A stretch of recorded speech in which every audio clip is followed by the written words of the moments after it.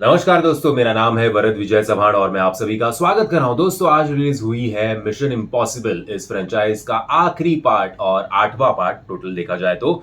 लेकिन I think ये ऐसी फ्रेंचाइज है जिसने हर एक पार्ट्स में उतना ज्यादा निराश नहीं किया है, बल्कि हर एक पार्ट्स के थ्रू उन अपना जो लेवल है वो उन्होंने बढ़ाया ही है। और इस पार्ट में भी वैसे ही होता है। ऑलमोस्ट 2 घंटा 50 मिनट की ये मूवी है, सो इंटरवल और सब पकड़ के 3.25 साढ़े 3 घंटा आप इस मूवी को देखोगे और आप इस मूवी को एंजॉय करोगे। ऑब्वियसली ये जो पार्ट है द फाइनल रेकरिंग का, उसके लिए आपको इसका फर्स्ट पार्ट यानी कि 7th इंस्टॉलमेंट जो था मिशन इम्पॉसिबल का, द डेड रेकनिंग, वो देखना बहुत मैंडेटरी है। सो ये कहानी शुरू होती है जहां से वो 7th पार्ट खत्म हुआ था। 2 महीने बाद वो कहानी शुरू होती है जहां पे ईथन अभी भी गैब्रियल के पीछे है और वो एआई का जो सिस्टम है उसके पीछे अभी भी ईथन पड़ा हुआ है।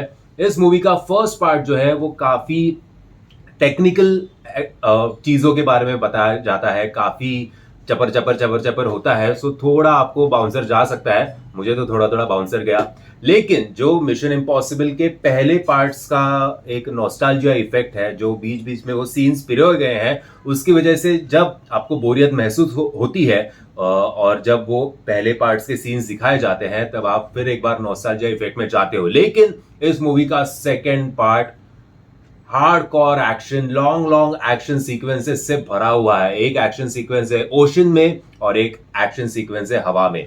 सो सेकेंड पार्ट में फुल पैसा वसूल है। फर्स्ट इंटरवल तक के पार्ट में जो प्रीवियस इंस्टॉलमेंट्स के कुछ कुछ सीन्स है वो वसूल है। बाकी टेक्निकली ठीक है, मुझे तो थोड़ा बोरियत महसूस हुई तभी, लेकिन ठीक है, सब कवर अप हो गया था। सिनेमेटोग्राफी, एक्शन सीक्वेंसेस, वीएफएक्स और रियल जो स्टंट्स टॉम क्रूज ने परफॉर्म किए हैं, उसके लिए टॉम क्रूज सर को हमारे तरफ से मेरे ख्याल से तो ये पूरा पैसा वसूल मूवी है, खास करके इंटरवल के बाद। फर्स्ट पार्ट भी आप एंजॉय करोगे। अगर आप टेक्निकली इतना आपको समझ में नहीं आया फिर भी कुछ फर्क नहीं पड़ेगा, हिंदी डब इसका अच्छा है, सो आप हिंदी में भी देख सकते हो। लेकिन मैं आपको रेकमेंड करूंगा इस मूवी को सिर्फ और सिर्फ आईमैक्स में देखना। परसों जो मूवी रिलीज हुई थी फाइनल डेस्टिनेशन का छठा पार्ट, वो मूवी भी और ये मूवी भी, दोनों के दोनों मूवीज आईमैक्स में देखना तो बनता है।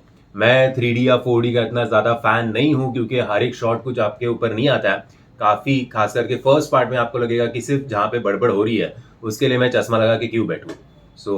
मैं तो बोलूंगा कि 2D आईमैक्स में इस मूवी को देखो, और अगर ज्यादा ही पैसा आपको खर्च करने की इच्छा है तो 4DX में भी देखो, कोई बात नहीं। सेकेंड पार्ट में यानी कि इंटरवल के बाद में आपका पैसा तो वसूल हो ही जाएगा।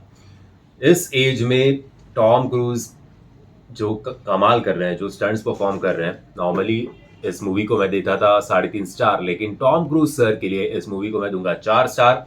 और हाईली रेकमेंड करूंगा कि इस मूवी को सिर्फ और सिर्फ थिएटर में जाके देखना, ओटीटी पे आने का इंतजार बिल्कुल भी मत करना। मैं आशा करता हूं आपको ये वीडियो पसंद आया होगा।